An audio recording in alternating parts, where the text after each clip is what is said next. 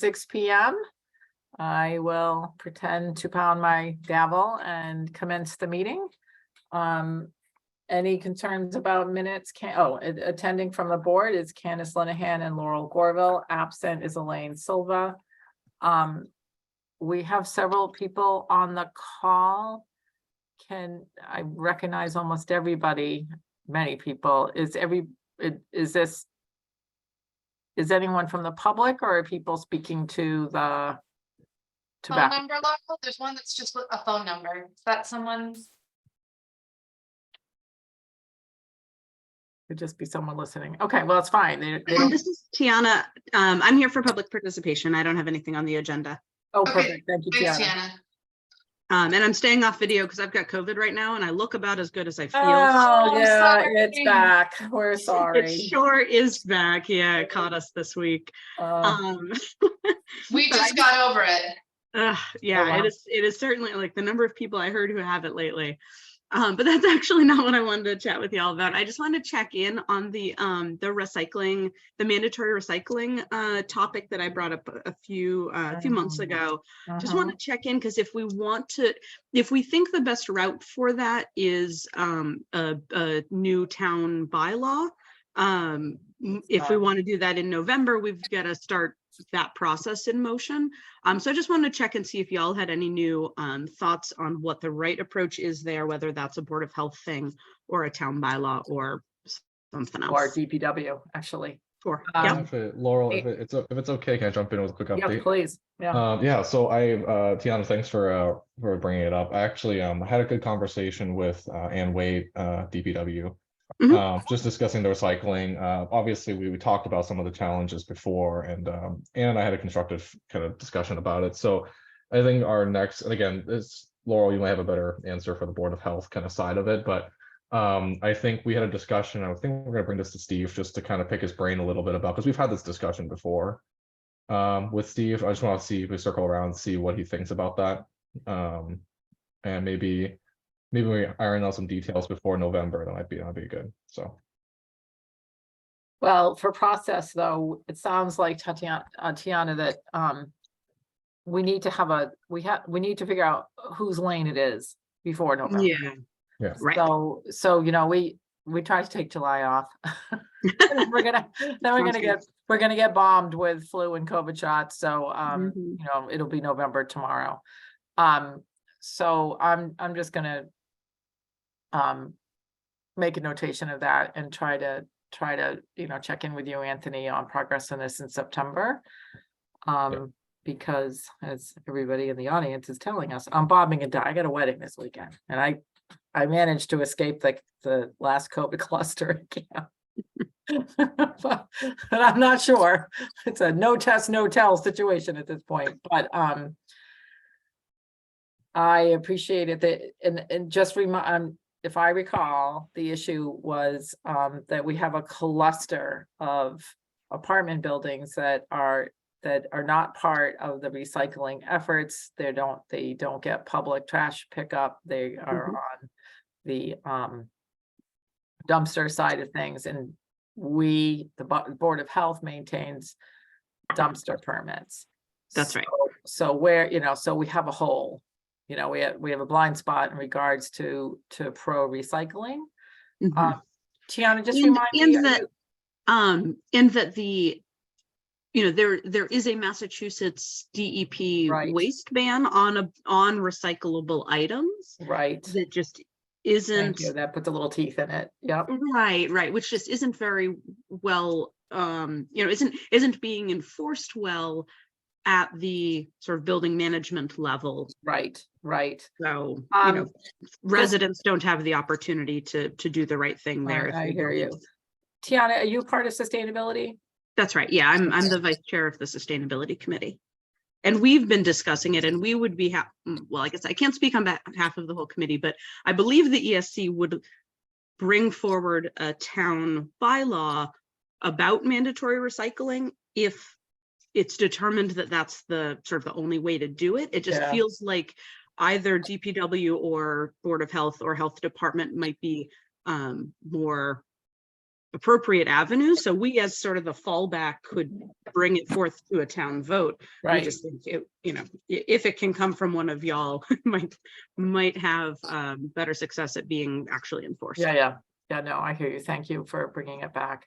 I think we're bracing ourselves for COVID and flu right now. So And it's I understand. nice. I'm with you. I'm with you. All right. Thank you, Tiana. Anything else from public participation? And I'm gonna hop off and go finish dinner. Thank you all Go so feel, much. feel better. Get Feel lots free of to reach sleep. out anytime. Thank you Thanks. so Thank you, much. Bye-bye. Good afternoon. My name is Schoon Carrington. I am the chairwoman for the Board of Health in Malden, and I did see on your agenda that you are taking the smoke-free generation, and I wanted to just sort of like listen in because that may be something that is coming down the road to us, and so I'm participating and wanted to just hear the discussion. Awesome. Welcome. Thanks for joining us. Yeah. Okay. I'm not looking at the agenda because something's up with my computer, but That is the agenda. so just get me through there. So minutes, I didn't see anything of concern. Candace, did you see any? The only thing, and I might just not quite understand, Laura, Elaine did attend, but she's not listed under attendance. Is it because she just was a little bit late last week? But she was there. Is that how it Oh, works? yeah. So just add her to attendance then. Yeah, I'll squeeze it in. Okay, Thank you. thank you. Yep. Good. Good catch. Good catch. Yeah, I read them. Cindy put it there just to see. Yeah. Testing. Okay, so do I have a motion to accept the minutes with the noted addition? I'll make a motion to accept the minutes as amended. All in favor? Linehan? Actually, can we vote? There's just two of us. Yes. We Two can vote on can them? vote. All right, One cannot. Two is a quorum. Or Okay. we couldn't have the meeting. okay. I vote in favor of approving the minutes. Gorville, A. Aye. I'm not a pirate. Aye. Okay. And so the next thing is really on the smoke free. Is smoke free still on the agenda at that point, Anthony? It's nicotine free generation, yep. And then Okay. Anthony's health director's report follows that. Yep. I guess before we get started, thank you, Maureen, for coming. Thank you, Schoon, for coming to the meeting. We also have, it's very nice to meet you over Zoom.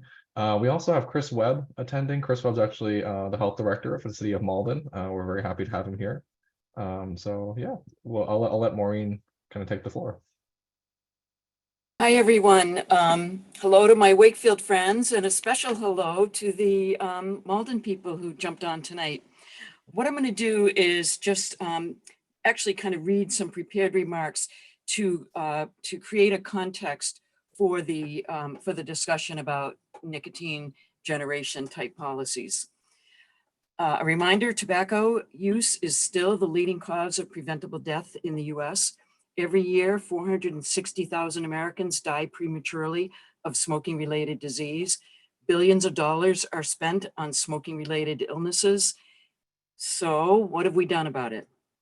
Actually, we've done quite a bit, starting with the feds. The feds banned flavored cigarettes in 2009 and placed significant restrictions on advertising. The FDA is currently looking at a ban on menthol cigarettes, as well as a ban on flavored cigars, though they are not considering banning flavored vapes at this time. Meanwhile, local boards of health have made a huge difference. Local boards led the campaign for a smoke-free workplace law 2 decades ago against extreme pushback. Those of you who were in the field at the time will remember, having police escorts out of Board of Health meetings because there was so much pushback from people, especially from restaurants and bars. But board members had conviction and courage and adopted progressive regulations. And now we can't imagine going into a restaurant or a bar or flying on a plane where someone is smoking. And it actually did not take that long for the public to adapt to a smoke-free workplace law and a smoke-free environment in all our public spaces, as edgy as that policy was at the time. Local boards have adopted many tobacco control regulations to help reduce youth access to tobacco. When I say tobacco, obviously that means nicotine as well. all nicotine products. This board was an early adopter of T21 years before the state made 21 the legal age to buy tobacco products. You adopted a pharmacy ban, flavor restriction, cigar minimum price, and the aggressive permit cap. So what has all this legislation, regulation, and policy change actually done? It has moved the needle. However, people still smoke and vape and use nicotine pouches. The health of way too many people is still affected by smoking and other tobacco use. And vaping in our schools is still a serious issue. I'm proud of what the state and especially what our local communities have done. But the question is, at what age do you want our youth to be given nicotine? Once kids start using tobacco, it may be too late. At that point, once addicted, they really have no choice. In fact, I saw on the news before coming down here tonight, the tobacco, a National Tobacco Organization study of youth, and they say that with vaping use, youth can become addicted within 30 days. And well, we know that, but also experience lung issues, respiratory issues, which we've suspected, but now they have studies that prove that within just 30 days of vaping, youth can experience those kinds of issues. Now may be the time for a strategy that will start us on a path of actually ending nicotine addiction. In 2020, the town of Brookline passed a bylaw that made it illegal for Brookline retailers to sell tobacco to anyone born after 1/1/2000. It's actually a pretty simple policy. As of 1/1/2020, anyone purchasing a tobacco product in Brookline has to be born before 1/1/2000. Brookline retailers have to remember just one date under that new bylaw, whereas now the minimum legal sales age date changes every single day. No one who is already 21 loses his or her privilege to purchase tobacco products. Those not 21 on the effective date will never be able to legally purchase tobacco in Brookline. This policy starts to move us towards the end of nicotine use, nicotine addiction, which has harmed millions and cost billions for decades. There's really no reason to allow this public health crisis to continue in order for the tobacco industry to grow their profits. In summary, retailers have a long time to get used to no tobacco sales. Each year, just 1 year's worth of potential new buyers will not be able to legally buy tobacco products. As one of my colleagues put it, there will be two populations under this policy, one that has tobacco and one that will never be given tobacco. So lots of lead time, no one has a privilege taken away, it's easy to administer and enforce, and we finally move towards a nicotine-free generation. So I'm hoping that now we'll have a discussion, and if you have questions, we hope to be able to answer your questions. And if you're looking for more information, we can also provide more information. Thank you, Maureen. As always, stellar. Your talking points were really important, and the one I think especially is just sort of the simplification. Like, just to add to it, I had the opportunity to go to a Children's Hospital addictions conference a few years ago, and just the CAT scan that's like a kind of a live a functional CAT scan or functional scans in different, so we know how cocaine lights up. Nicotine was explained in that presentation as the most potent psychoactive addictive device, and I think it grabs you. I think their stats were less than 30, and we know that the kids are more concentrated, and we know we have an issue for sure. So Candace, remind me if prior to COVID, we were most concerned about the epidemic of early lung disease from vaping, and I feel like we made some moves, but I found your presentation compelling. I have one question, any industry and legal blowback for Brookline or anybody else who's tried this? Oh, Laurel, that's a great question. Absolutely. So this is, Of course. yeah, this is an important policy. This is a, it's a big step. It would put us on a path to a nicotine free generation, which would scare the tobacco industry. So the tobacco industry or representatives of the industry sued Brookline after they passed that bylaw. By the way, I work with some folks at Northeastern University Public Health Advocacy Institute. Chris Bantham, some of you might have met, and Mark Gottlieb are always there to support us and help us. And they actually were ready to defend the lawsuit, and they filed a motion in court to dismiss the lawsuit. And the judge that heard that motion agreed with Chris and Mark, and they dismissed the lawsuit. So that was great news. The industry immediately appealed that decision, and that appeal goes to the next court. And what I learned recently over the summer is that the Supreme Judicial Court in Massachusetts not only takes cases that come up to the court because they've already been through the lower courts, but they'll look down at the next level of court and see what cases are there being heard or being appealed.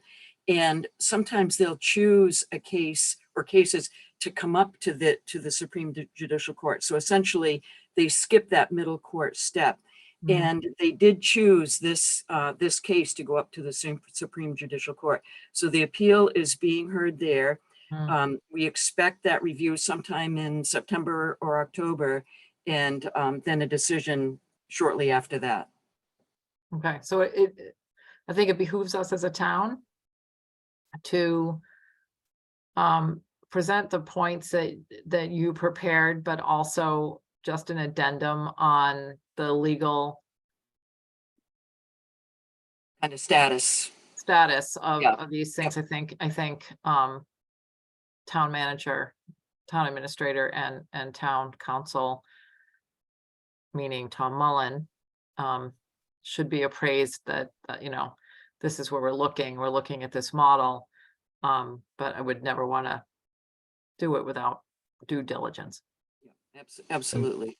And just to add to what Maureen said, she covered all the points there.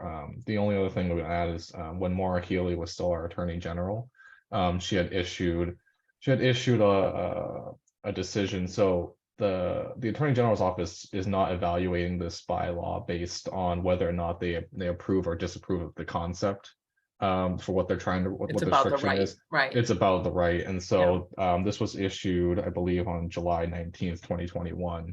And so this is, if this is a pretty strong argument currently that they would use in court to decide whether or not this was within the local jurisdiction's power to do this sort of policy. And this would ultimately help us, because I think especially in our Board of Health, kind of like our tobacco charter, we have, in the whereas section, we have the, enacting policy to protect public health.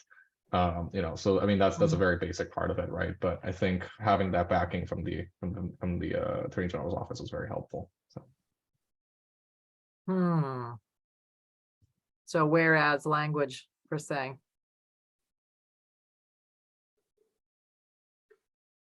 Yeah, and I think before we go through any more questions, I think Maureen kind of stressed it already, but obviously a regional approach is an extremely useful part of this. I think Brookline's passing of this bylaw is very helpful to show that could be done. But I think ultimately from like a operational standpoint, it makes more sense for us to be working as a region. We've already discussed this with many of our partners. We actually just had a Board of Health meeting in Stoneham last night. And we had a really, really good discussion. A lot of the same questions that we've covered tonight were covered last night as well. And I think it's a policy that makes sense if we tackle as kind of like the region, Mystic Valley, and potentially even beyond. But I think that takes away the issue of if certain retailers can sell in one place but not they can just cross the town border. you know, Right. as more of this expands, you know, this becomes even more effective. So that's And another. then to Maureen's original point with the antiquated change that we remember, you know, then the state, you know, says, oh, all right, okay, we'll come in. Right, So right, that, we that are kind of, always the knights in the beginning. Candace, any comments? Thank you, Maureen. Again, like, very clear. I love the simplicity of this. And I like, it doesn't feel punitive. It's just, it's very clear. I mean, I don't think anybody would ever argue that we should be giving young people access to tobacco. So I think it makes great sense, and it does make sense for it to be regionally enacted. You know, I think especially our most local partners, but then who knows, maybe even beyond Stoneham and Melrose. But yeah, thank you, Maureen. Yeah, I think it sounds like the direction we should be moving in.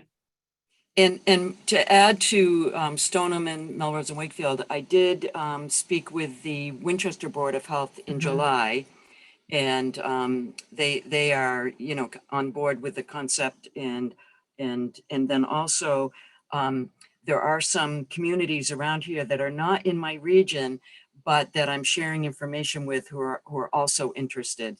So it's kind of the word is spreading. People are getting excited about it.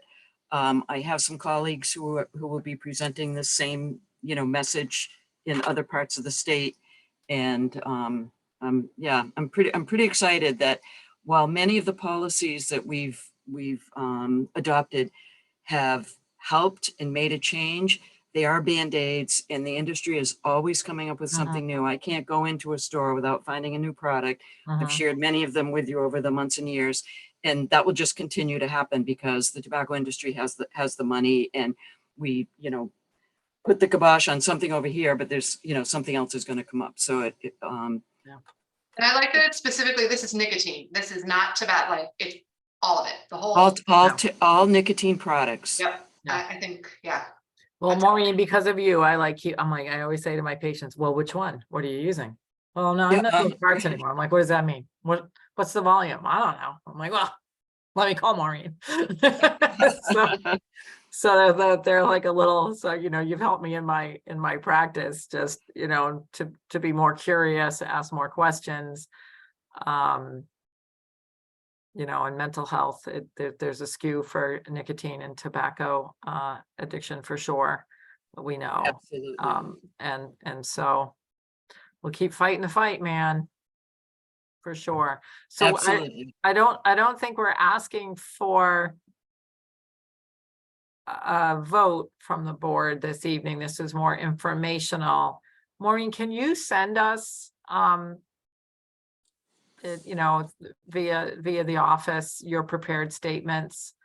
Oh, sure. I can do that. And Laura, a few other things that I thought might be helpful. The folks at Northeastern's Public Health Advocacy Institute participated in a webinar with ASH, Action on Smoking Health, which is a national organization, and they talked about this strategy.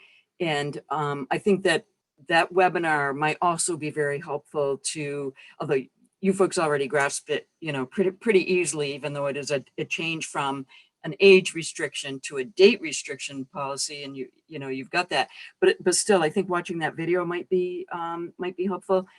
Senator Lewis, we've talked to Senator Lewis and many other partners, by the way, and Senator Lewis asked us for draft language for legislation for a bill, and he's willing to file that.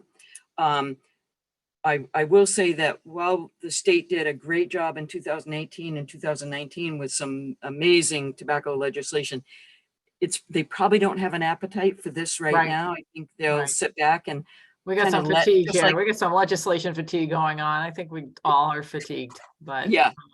Nice so I think they'll but the senator will he said that he would file that, and then we know that sometimes it takes some years to get something even to the committee, and then out of committee to the House and the Senate for a vote. So that's a start. We've talked to people at Melrose Wakefield Hospital. We've talked to some town administrators, mayors, of course, some school committee members, some city council, town council members. So one of the things that we can be doing now is talking about this, sharing this information, helping people understand the new policy. Because what I kind of imagine happening, which is what we've done with other, T21, flavor restriction, cigar minimum price, all of those things. We have a discussion. Then the next month, we bring an actual draft of the policy to the board. The board looks at that and says, yep, or, they vote yes or no, we want to move forward on this. And then, because it's a new policy and not just updating your We local have to have a, reg- yeah, we have state to have law, a public hearing. public hearing, yep.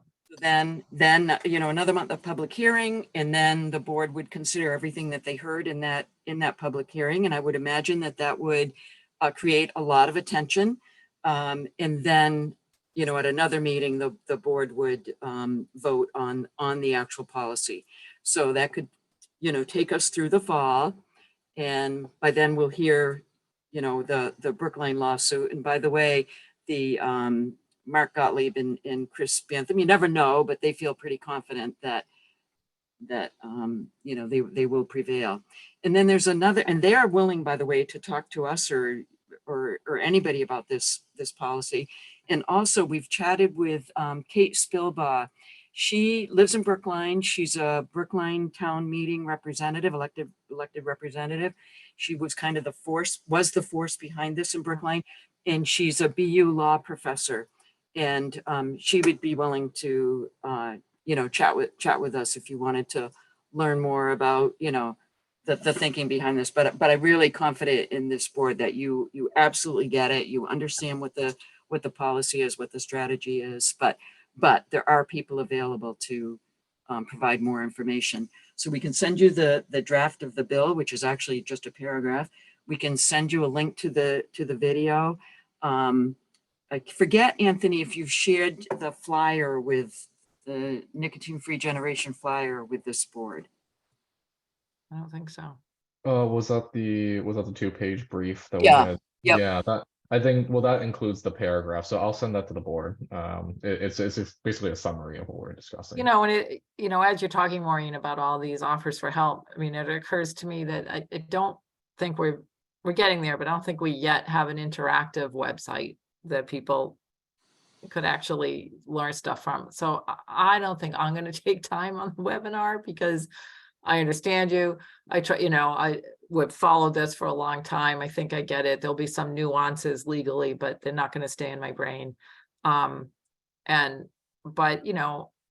I think in this town, when we've tried to make big changes, or have had a big ask, the more that we're prepared the audience, rather than just being reactive, we're like, this is your homework before you come, and at least offer that. Absolutely. So I think that might be something that we could look toward. I missed a July Wake Up meeting. Was this on that agenda, or has that been presented at Wake Up yet? This whole idea? I've mentioned it in most coalition meetings, and I just can't remember if I did specifically with I have mentioned it certainly to the youth I work with, and I work with some amazing Wakefield youth, because one of the important voices, of course, is a youth voice. And we have youth, ready to hop on and work on this project. Great. As always, Maureen, you have an impressive resume of getting it done. Thank you, Thank Laura. you. Thank you so much. Any other questions or comments? I think it sounds, at first pass, I kind of was like, oh no, not another policy. Wasn't a good day. I get it. I get it. But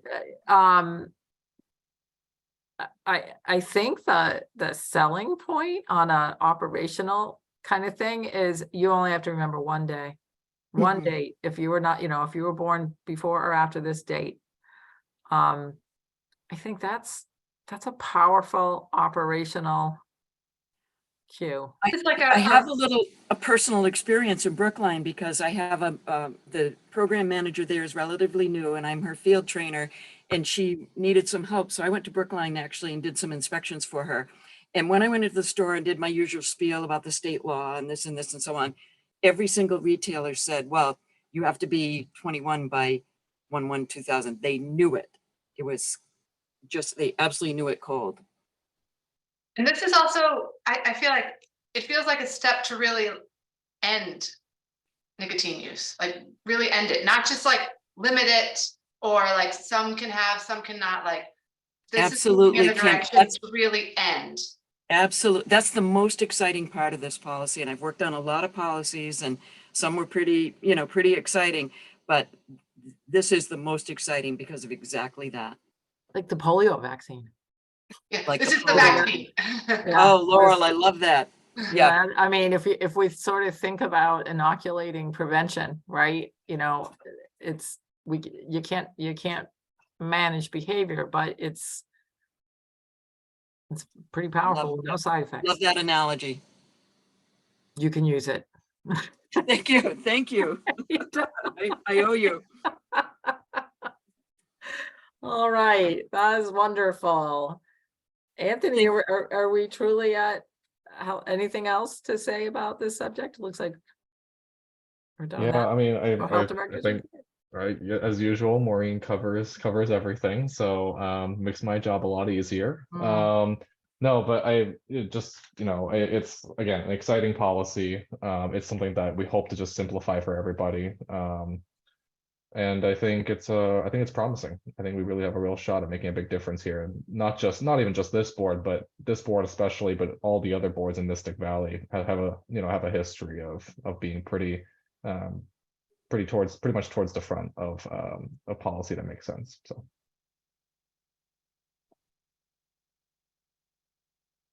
okay, then. Health Thank director, you all. take good care, Maureen. As always, we are so lucky to have you. Well, I'm lucky to have these great board members to work with. Thank you. Thank you, Maureen. Thanks, Kim. So Anthony, what do you get to report? all right, so I will go over a couple of things. I'm happy to see Melissa's here. We have a nurse's report to go over, and Melissa, please fill in the gaps if I miss anything. But I'll start from the most recent. We had a positive mosquito sample test positive for West Nile virus in Stoneham. No human cases that we know of yet, but because they are one of our closest neighbors and now one of our regional partners, we've decided it was a good idea to reach out to our other towns and make sure that we get ahead of it, get some tips out there, how to keep yourself safe. So I don't know if you guys saw, but I think it went out on the website. I want to say maybe some social medias that Jen Last was email too. I got the email. and the email, but Jen was really good about helping us get the word out. Melissa turned that West Nile virus fact sheet around real quick. I think I sent it to her same day. So yeah, I mean it's just good information to have. We had a preliminary meeting today, or not today. Was it earlier this week, Melissa? You, me, and Sandy had a preliminary meeting about the flu clinic and COVID vaccine plan for the fall. Just planning around some of our bigger events. We definitely want to engage all of Wakefield, make sure that we hit some of the targets we had last year. We had discussions about like ESL night.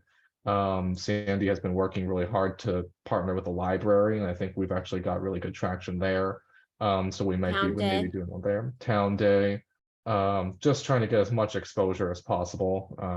We'll see. I mean, as you guys saw the numbers, so this leads into the next part with the COVID cases. We've seen kind of a slight increase recently, and so we want to make sure that we set expectations. We give some information to the schools as well when school starts getting back into session, where just based on prior history and what we know about how COVID spreads, obviously we're expecting a little bit more of an increase during our fall and winter as we move back indoors. So we're gonna have we'll have some information ready. We'll hopefully still have more COVID tests available. We'll have to figure out when they expire. I think we still have a huge stash that's expiring in November probably. Yeah. But Yeah, so we'll try and figure all that out, but I think it'll be important for us to get the information out, and we want to make sure that we effectively message. Question, do you have information about how to access telehealth on the mass.gov website as part of our, to get Paxlovid, if you, or to see if you qualify? Yes, so there is actually we haven't even put this, we haven't really made a point to communicate this widely, but I have been on the website. I actually helped someone navigate the Paxlovid, the access to the state website. Yeah, So I've done it myself twice. twice, yeah.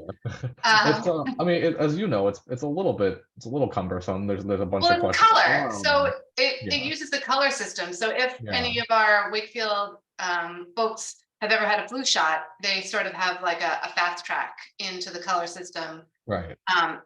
It's available until 10 o'clock at night. And I mean, especially in Wakefield, it can be sent to a drive-through pharmacy like our Walgreens. It's awesome. It's awesome. It's fast. Paxlovid is still free. So I don't know if it's not like on there, it's a great option, especially since I know in my office, a lot of folks, they call for appointments, but they can't even get a telehealth with a provider because folks just have no access. So this is a free option that's in many languages. When they can get free treatment if they qualify. Yeah, I think it covers, yeah, like you said, it covers most of the major languages that we know of in Wakefield. It's a great resource. And I remember when we first accessed it, it wasn't nearly as easy when they first rolled it out, but Oh, it's so easy. And it doesn't have to be a looking at video now. visit. It can just be an audio visit. So you don't need to worry about like having video access or Right. data or whatever. Oh, that's great. It's amazing. Love that. Yeah. In the meanwhile, there's some private sector people who are kind of ambivalent about providing it.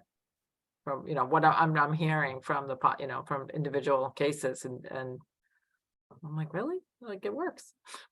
It works. Tastes like terrible, but it works. So that's interesting. Well, I think these folks too that are doing the telehealth, it's all they're doing. I think the majority of them are nurse practitioner providers. And so they may even know more than primary care providers because it's all they're doing. You know, they're going to look through all your meds. They're going to tell you whether or not you qualify. They're going to tell you if you need to adjust a medication that you're on. Maybe even like quicker and faster and safer possibly than your primary care Right. team. They're doing it so often. Yeah, in this case, experience really counts. Wow. Thanks, Candace. So I have to say, I'm finishing up the camp season, and in New Hampshire, and I don't know in Massachusetts, you know, what are we doing about report, you know, so in New Hampshire, COVID was no longer a reportable disease individually. However, if you had a cohort and a cluster, so that would still mean school. So I'm not sure what Massachusetts is doing, but in a camp setting, we had a significant cluster, and our plan was, you know, I think the plan going into it had a lot of hedging because of COVID fatigue. And we had a plan, and we reevaluated the plan, and we communicated the plan, and there was some, you know, very passionate pushback from parents, and it just kind of gave me a glimpse of still how heated basic CDC recommendations are. And I guess we have to be very careful with recommendation versus requirement. And we're into a new world, but I witnessed several things. So one was moral injury. I think to see nurses who are killing themselves trying to keep a section of the population healthy, to be suddenly made to feel like the bad guy for kind of being, you know, for doing a test that's positive and then doing the appropriate kind of thing. And so I'm realizing that maybe I've had a late response to kind of the fatigue and the exhaustion, but by proxy, because I represented these care providers and listened to them, it's like, wow, we really still have time to, you know, we have to negotiate the reality of these upticks, which we're now in, and I assume going into the fall we will be as kids go to school. But the emotional toll on providers trying to do the right thing or administrators trying to do the right thing is real, I think. And I don't know if we can do anything but just validate that as a board, but and support people.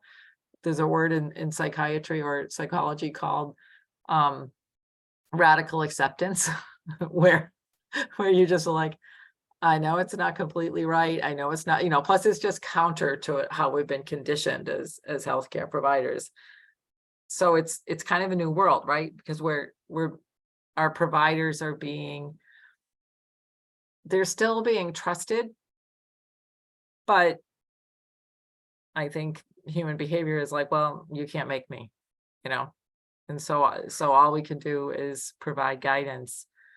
And I don't know, it's a hard adjustment. Laurel, I'm already getting calls from daycare programs and others who want to I bet. know what are we using as the policy Right. for this coming year, and what do I need to do? How do I navigate this? Right. Because they're going to be the first line Yep. when they tell the parents, you have to keep your child home for 5 days. Mhm. And since we've eased up, that's still going to make people upset. Mhm. Yeah. That's been what it is. I mean, it hasn't. Yeah, it has No, not but changed. I think when I But think we've been out of there's a school for public 3 months. disconnect, Well, right? that, and I think things were so much better for a long Yeah. time. Yes. So we didn't actually have to, this guideline existed, but we didn't actually have to act on it because Right. Right. we were in a lull. Right. And I think that's what I think that's what I've learned and have been experiencing, saying, bottom line is I'm trying to prevent people from getting sick. Right. I mean, my nursing staff was down to none because two got sick and they felt sick. Like I said, okay, even with the recommendation that you have to stay home for 5 days, I said, don't forget to ask people how they feel. Like the 5 days includes people who are asymptomatic. You still feel exhausted then, because it's on the flip side. Oh, they could come back full charge ahead. And so I guess we just have to, I don't know how the messaging will evolve, but my thought is way back to the basics. We're trying to keep as many people as well as possible. We still believe in prevention. We still don't like people to get flu. Flu was busy in New Hampshire this summer. I don't know. I mean, this is much sooner. And then we have RSV. And then Yes. we had a huge resurgence of hand, foot, and mouth across the age span. Mm-hmm. So I just think we need to be prepared with wisdom, a consistent message. So important not to vacillate, even if people get mad. But I guess the word is recommend. Yeah, and I think we still have to keep in mind, and again, I think each school district has their own infectious disease policy, but I believe it's 3 or more in a class. Melissa, is that right? We have 3 or more in a Yes. class. Actually, Candace, you'll know this because you're the medical director. It's like 3 or more in a class that is considered a cluster. I We mean, had a we've little had- bit of a lice situation last year and that got reviewed with me. Because I Yes. think that's when you have to send a message home to families and say, Yes. just 1 or 2, then. Yeah, so 3 seems to be the threshold. Yeah.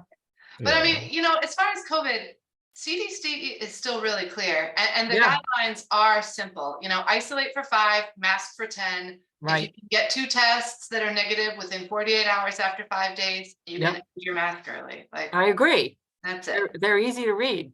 Yep. And then, Um, I mean, Paxlovid for anybody that can. And now, I mean, honestly, like you have a BMI of 26, you qualify for Paxlovid. So, Is that right? yeah. Yeah, I'm just reflecting the awe of the reality and the responses. It was interesting. I was like, remember, my higher power is the Department of Public Health, not any other entity. It was shh. So at any rate, thanks. So how did summer camp go, Melissa? Summer camps are hopefully winding down very soon. Uh-huh. We were slammed. 'Cause Ah. I was doing camps across all through, well, Sandy did a wonderful job of taking care of a lot of the Wakefield camp logistics. We're Yeah. trying this year to do a lot more to get the camps to come in with paperwork so they are meeting the not only the spirit of the state guidelines, but really meeting the state guidelines in the documentation they provide. And Sandy is really championing that across the board.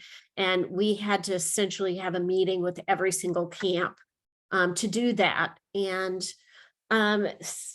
Sandy's has a lot of larger camps that have vaccinations. So there are hundreds of kids where vaccinations get reviewed. And it's been, and then going over there on a weekly basis to check in and just randomly saying, gee, have you used anything out of your first aid kits, or have you replaced it? Where is this posted? Where are the EpiPens? Just to make sure that they know we're looking. So it's, and the comment that I've heard from some of the camps is like, well, it was never like this before. And I said, well, we never had the manpower to be able to do it before. So But that was part is always the really guidelines. wonderful. We just weren't able to enforce them as they should. Exactly. And New so, sheriff in Dodge, as I like to say. yes. So this has been a wonderful turnaround, and it'll only get better from here because we'll be able to plan earlier and, make more requirements for them to get their materials in sooner. I got to tell you, the Alliance for Camp Health offerings, those camps should sign up. It's, like, you don't know what you don't know. Yeah. And they have very reasonable guidelines, and I have to reach out to them to reflect our experience. And I'm like, yeah, you told us about communication and a plan. Let me tell you how right you were. So you started the culture. Thank you. That's awesome. Well, we have the sailing club was new this year. They actually had been permitted a few years ago, but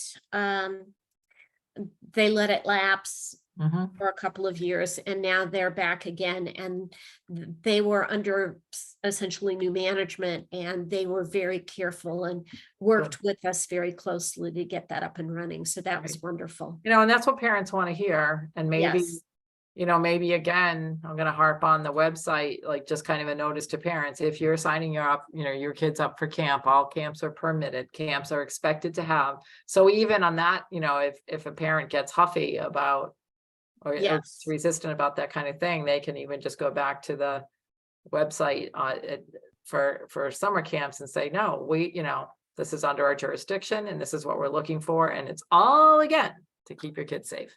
Yes. Exactly. Why wouldn't a parent want to send their kid to a camp that's organized and everybody is as safe as they can be? Like, why?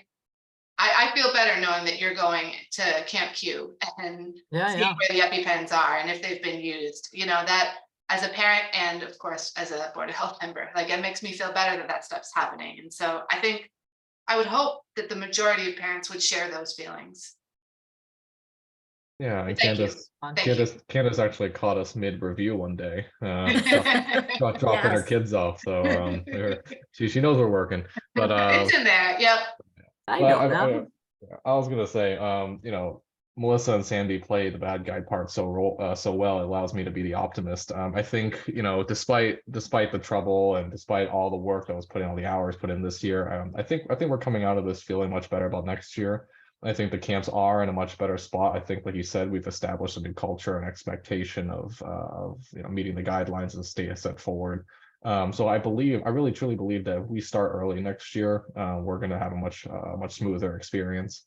And the good thing is, because a lot of our families utilize camps across all three of our jurisdictions, they're expecting the same level of service, expecting the same level of care. And so these camps will then see a consistency across all 3 towns, which is a really good thing, because then they can't look to another place and say, oh, why can't we do this? Why is it required here? It actually helps with some uniformity for convincing people. So I think that's a plus, I think. And the other thing that the camp permits went up significantly this year. So I got some pushback from some camps who said, what, $25 to 200?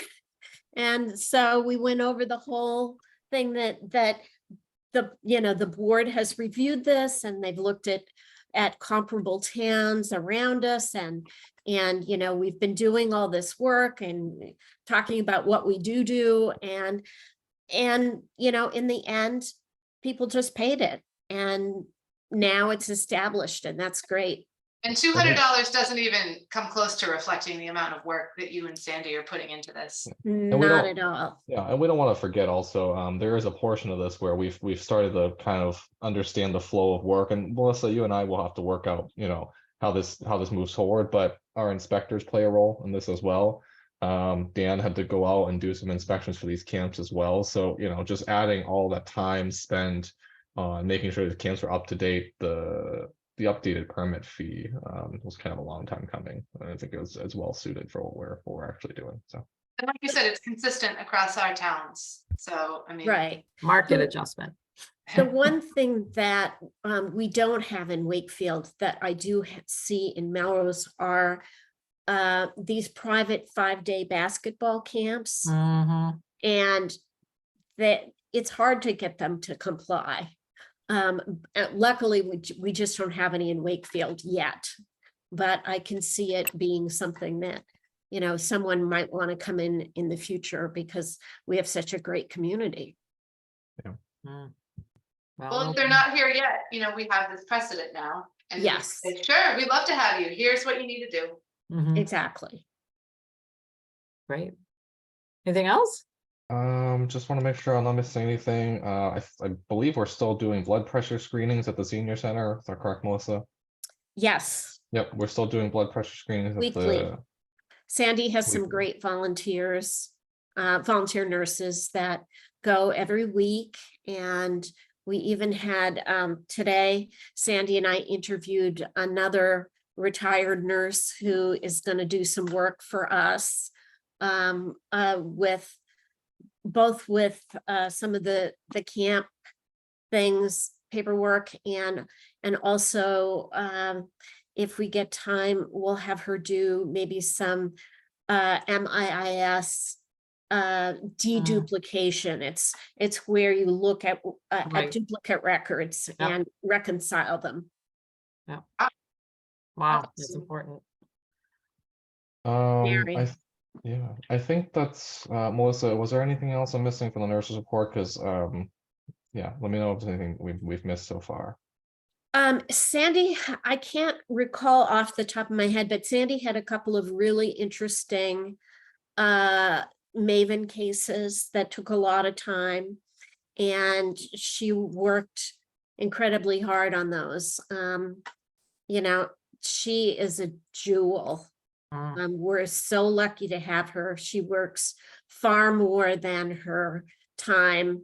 Wow, that's not. And I try to sort of pad here and there just to make sure that she gets to take some time to account for that. And I guess the other thing that I wanted to mention was we had the wellness fair this past Saturday Yes. Oh, in down near the farmer's market.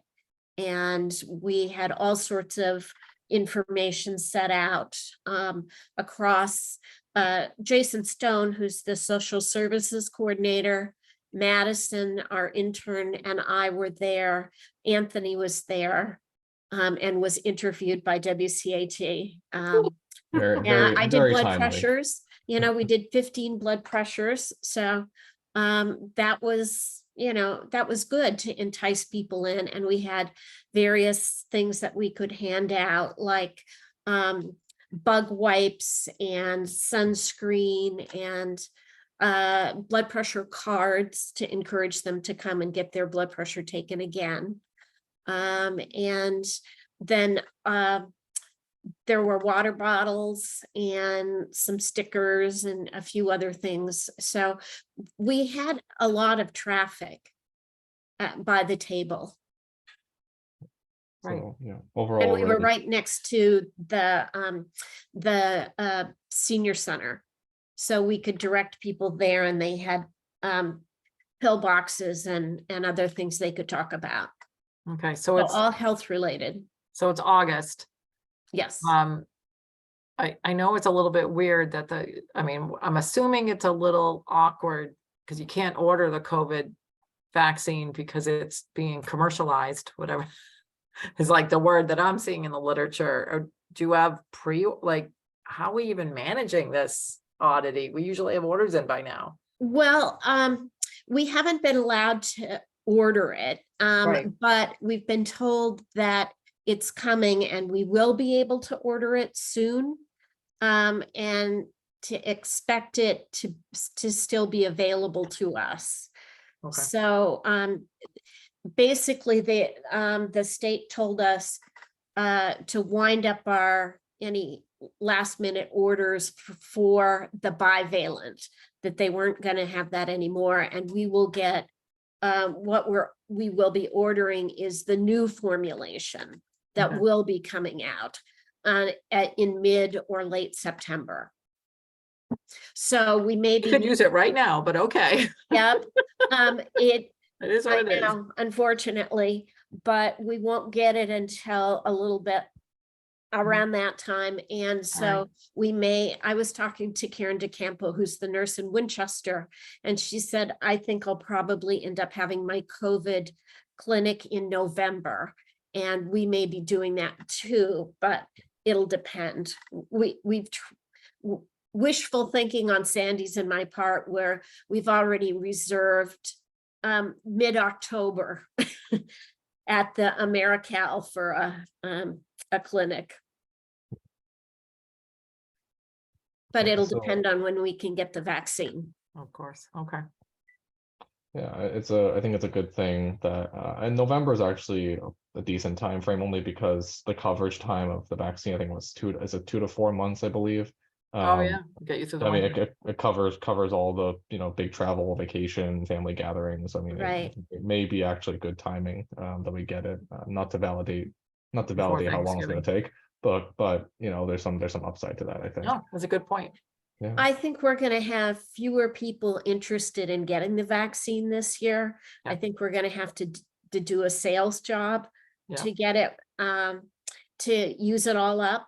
But we're willing to do that. We want to see it, to get it out there. Are we gonna share any information about maybe like if folks have had it, right? If folks have had it now, like folks have, are we gonna talk about, should they be waiting a little bit? Like, should you be waiting? Maybe, I mean, Wow. maybe like you said, Anthony, the time we finally get it in our hands will be about 3 months after this spike here. Mm. Are we gonna be Yeah. having any information about like possibly delaying it and letting natural immunity kind of do its thing? I Mm. think we still, I mean, again, Melissa, unless you have an answer at the top of your head, I think we still have to do a little bit more reading to figure out what the optimal messaging would be. I don't think I have the right answer as to like how long people should wait. There is no as of right now. answer. I feel There- like there's no Right, right answer. there- Yeah, the you're right. literature doesn't really have it. They're like, maybe Yeah. 3 months, maybe not. I don't Yeah. know. Yeah. yeah, I feel like most folks agree it's not right after, right? Like, yeah. Right. Yeah, Exactly. But I think there are a lot of people who are immunocompromised who feel Mhm. like the sooner they can get it, even if they've just had COVID, they want to get you have to talk them down Mhm. off the roof sometimes to wait a few weeks. yeah. But what we're going to do once again is say we will have office hours every week. If you're, if you need to have us come to your house to give it, we can do that, just to accommodate people who, that may need to wait. that's nice. That's really nice to be like, you'll get it. Let's just hang in there. Yeah. Right. I know it's just, I just keep thinking of, we've just been running on emergency adrenaline for quite some time. And so now it's like, oh, we can be thoughtful, and everybody has different access, and and a variable decision tree around what to do. And so I guess we're just gonna respond to all of the above. Wow. Yep. Anything else, or Um, shall we? I think the next thing I have on the agenda, other than reporting that I had a really good blood pressure, so Oh, you, yeah, excellent. thank you to Melissa for checking to make sure my wasn't going through the roof. You've been watching your sodium?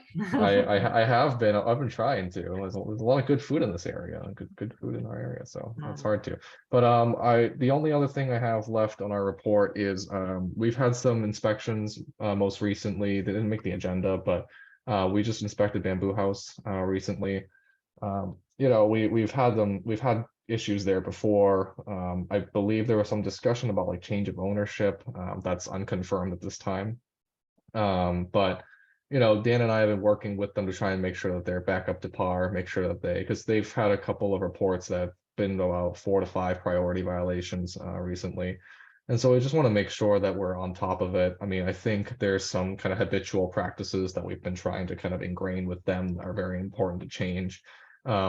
In the past, the board has given us the authority to order a food safety consultant for them. That has had some positive results, but I think it's just kind of like sliding into old habits. So I think we just need to keep an eye out, and we're gonna be visiting them a little more frequently in the next couple weeks to months, just to make sure that they stay on track. But otherwise, I think an update. Dan, Michael, and Thomas, our inspections team across all 3 towns, has been really good about working together. There have been times in the last month where we've dedicated an entire week where they'll come over and they'll take care of one whole town and knock out a bunch of food inspections or cover for each other for housing. And that's freed me up to do some more complex housing cases when needed. And so we've just been able to work together and have some coverage there. So it's been really, really helpful to have that partnership. We also, just to report, the Public Health Excellence Grant that's currently sitting in Melrose but covers our 6 towns in the Mystic Valley. We are actually about to hire 2 more new trainees. As you guys might remember, Michael and Thomas started out as trainees. They were basically done with training after 4 months, but after 6 months they were ready to go. So we're very excited about this program. It's turned out really, really well. Thomas has been thriving in Stoneham as their inspector, and Michael has been doing a great job in Melrose. And so we're hoping to kind of help the state's kind of a pipeline of inspectors without a formal training program yet. I know they're working on really diligently, but without one yet, I think we can help supply some more inspectors. So we're very excited to bring on 2 more individuals to work through this grant. And I also mentioned that Erin's coming back from maternity leave on the 7th. Yes, So, we're so excited. yep, I so can't. she'll be back with us. We miss Erin. I believe they're doing very, very well. And yeah, we're happy to have her expertise back. More information on Joe's ice cream? Yes, actually, so this is a good time to mention that we had a very productive meeting. Actually, Cindy, I think were you there, Cindy? I can't remember. No, I don't think the second one, I think it was just me. Yeah. But I had a good meeting with Joe's, was his name actually Joe? I can't remember the other thing. Is Rashid his son? I think Rashid's his son. Yeah, Rashid's Yes. his son. What do you remember what his It father's name starts with was? an A, maybe?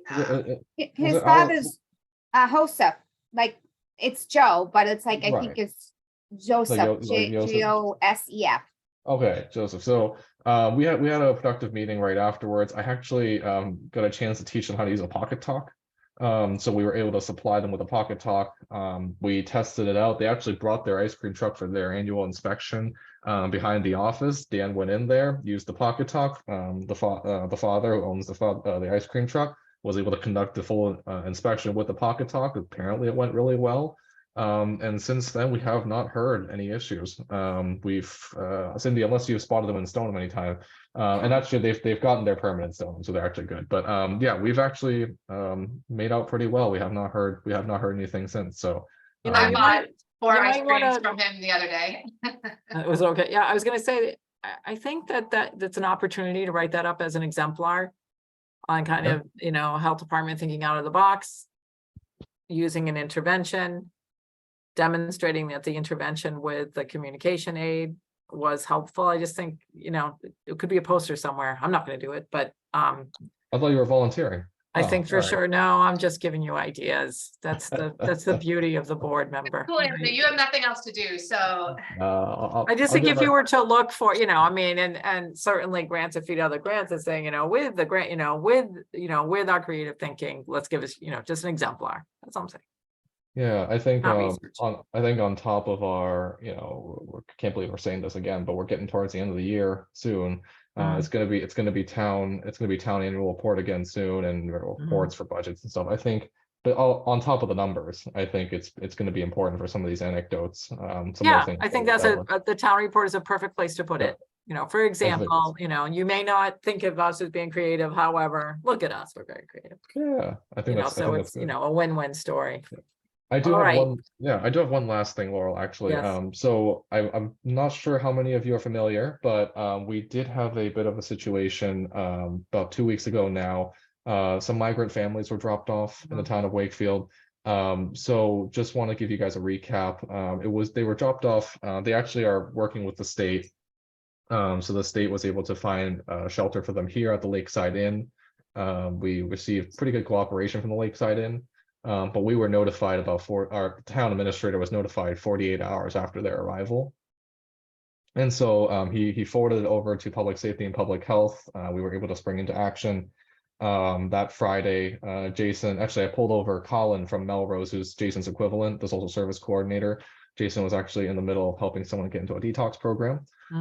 So Colin, in the meantime, was able to fill in. We were able to, between the Pocket Talks and the Google Translate abilities, we were able to communicate with these families, establish, what their needs were, and then we were able to quickly pull together some resources from both the Wakefield Food Pantry and Melrose Wakefield Hospital. They were able to provide appropriate clothing. The food pantry was great. Maureen Miller just, packed a bunch of meals ready to go. They were all either ready to eat foods or fresh foods or things that could be done in the microwave and be stored in the fridge. Just amazing cooperation across all fronts. We had families that had children, any range between 3 and 10 years old. And so we wanted to make sure.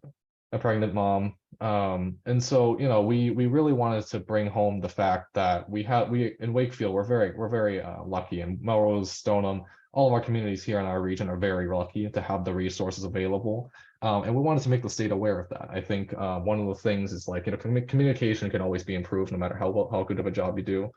And I think we just wanted to bring that to them and say, in the future, if there's ever a need, we have the resources to fill that need. We just need to know, right? So they were eventually moved on to the town of Dedham. We were told by the state about 2 days before they were moved. So we were able to separately, the town administrator reached out to his counterpart in Dedham. I was able to reach out to the health department in Dedham, and we were able to set up kind of like a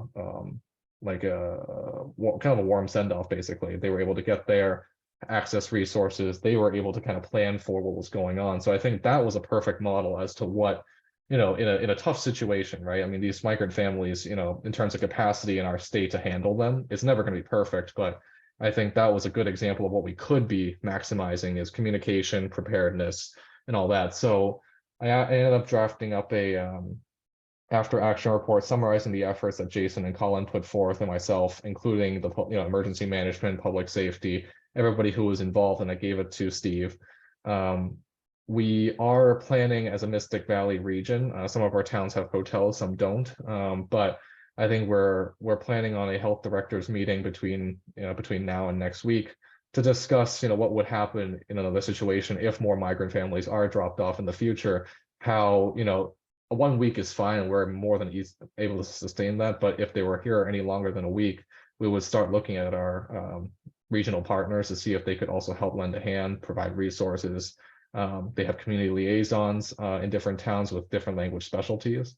So I think it's one of those things where we can be more prepared for the situation now that we've had our first go around at it. So yeah, I think we're well prepared. I'm glad that we did a debrief with kind of like public safety and town administrator. We were able to kind of get that information solidified, and next time we'll be ready. So yeah, and then it was actually just announced last week that we have a state of emergency over the migrant family situation in the state of Massachusetts. So we're not the only ones dealing with this, but I think we're now all a part of some working groups where the state gets to hear some feedback and we're able to kind of give them some pointers. So Wow, you like ended with the big story. Can you share Yep. where these folks migrated from? I believe some of the families migrated from Chile. They've had a long road here, I believe. They've been through a couple other countries. And so I think their last stop stateside was in Florida. And they made their way up here. They really didn't have a lot of information when we asked them, if they knew where they were going, when they were going, how long they were going to be here. They weren't exactly well informed either about where they were going to be or their situation. So we tried to make the most of, their time here. We tried to see if they were eligible for any services, depending on, citizenship status, and making sure that, whatever services they need, we can see if we can make use of that. But because they were only here for just over a week, we weren't able to get them too much long term, but it was definitely helpful. What brought the family specifically to Wakefield? Like, was there a reason that this is the spot where they landed? So I think the state has a general idea of where different shelters are within So they were the kind state. of directed here by the state, maybe?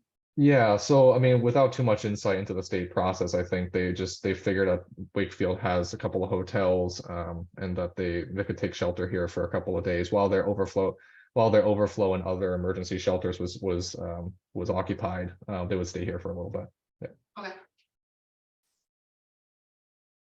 I think it ended up being 14 people. Yep, 14 people across, I think 4 or 5 families. Is that right? Yeah. Yeah. Yeah. So yeah, I mean, again, nothing that we couldn't handle in Wakefield, but I think part of it is, good communication from the local level and the state level would make things a lot smoother. Wow, it never ends. Good work. I can't imagine you have anything better to say after that story. That's impressive. Yeah. Good Well, job. we're just happy that they're in a good spot. So Good. So I'm trying, Elaine's not with us, but what she would say is, when do we get to meet in person, and how can we secure a room? And it has to be not 6. Candace, what time would a real live person meeting be for you? 7? I mean, I could probably do 6:30. 6:30? I think I could do 6, but I worry that I can't reliably commit. 6 is rough for me too. But if, especially- there are times I would show up at 6:15 and that would just put everybody behind. So I could reliably be there at 6:30 if it was downtown. So well, this, then we'll just charter you a private jet, Candace. That's fine. so Wonderful, thank you. So the 20th is the 3rd, right? Or the 3rd Tuesday, correct? But Anthony, Yes. does that conflict with the Stona meeting? Because they're on Tuesdays. This is Wednesday. Wednesday. Okay, I'm sorry. Oh, 20th. Oh, you know what? I made the same mistake. I was looking at the wrong month. Yeah. September I think- 20th. Oh, yes, you're right. September 20th. Yep. That unless I'm And missing you anything, wanted I at some point to do a tri-board meeting. I did. Well, actually, so we had this discussion tonight about the nicotine-free generation. I know that I think Maureen was talking about like one more meeting where we actually have the public hearing and then we'd have the vote, the next meeting, that sort of stuff. So we don't want to do it all in one meeting. I'm trying to figure out, because I think we want to keep that process separate for each board, just because you're able to kind of maintain autonomy, make decisions for the town. So I would like to have a tri-board meeting, maybe like once a year or however many times you guys think is appropriate. But because we're all kind of now starting the ball rolling with nicotine-free generation all at the same time, I almost wonder, like, once we finish that process, whether that's next month or the following month with a vote. Do you I will think tell it'd you, be- we have a history of doing separate votes at a tri-board meeting. Oh, so you feel So so you feel it's comfortable. possible. It's weird, it's awkward. Well, But, we did it with Melrose even. That wasn't a tri-board, but it was like a bi-board. well, we did it with Melrose all the time during COVID, because we didn't want to burn out our director, but also it's just better communication. So it's possible. So Oh, mean- okay. Was there a reason we wouldn't want to vote after the public hearing? I don't think there's necessarily anything against that. I think Maureen was saying that if we got a ton of participation, and the board wanted a chance to deliberate in open meeting, that, we didn't want to do it, keep going through one meeting if we ran out. But I mean, I don't see, there is really no objection to doing it in one meeting. If we have a, So we can always make, so Candace, I guess for process, you can always make a motion, read the room and say, I make a motion to have the meeting tonight, or I make a motion to postpone the vote. Plenty of people do that in public meetings, so. Best case scenario, everyone's copacetic and they agrees, and we can say, okay, we're gonna vote now, or, Right. or board members, because we would have to vote to move the motion. We'd have to like vote to have a meeting to deliberate in Yeah. an open Yeah. meeting to deliberate. Yeah, it has to be open, right, so, So how about if we're discussing this right now? I mean, I think a tri-board meeting might be good if we want to do it like October. How would you guys feel about that? Because September, Yeah. if we have yeah, the September, hearing- I think is jarring for everybody, but I think if you want to look at a tri-board and then just let us know, because they're all gonna have different dates that they prefer. Yeah. Well, actually, funny flexible. enough, this week, I don't know how it worked out this way, but we got consecutive board meetings, my second of 3. Right. So I don't know. This is pretty grueling, but I actually prefer it all to be done in 1 week. I actually don't mind that. Yeah, it's gonna be a bad week, let's just do it. Yeah. But I mean, you're preparing a lot of the same information and sharing a lot of the same information.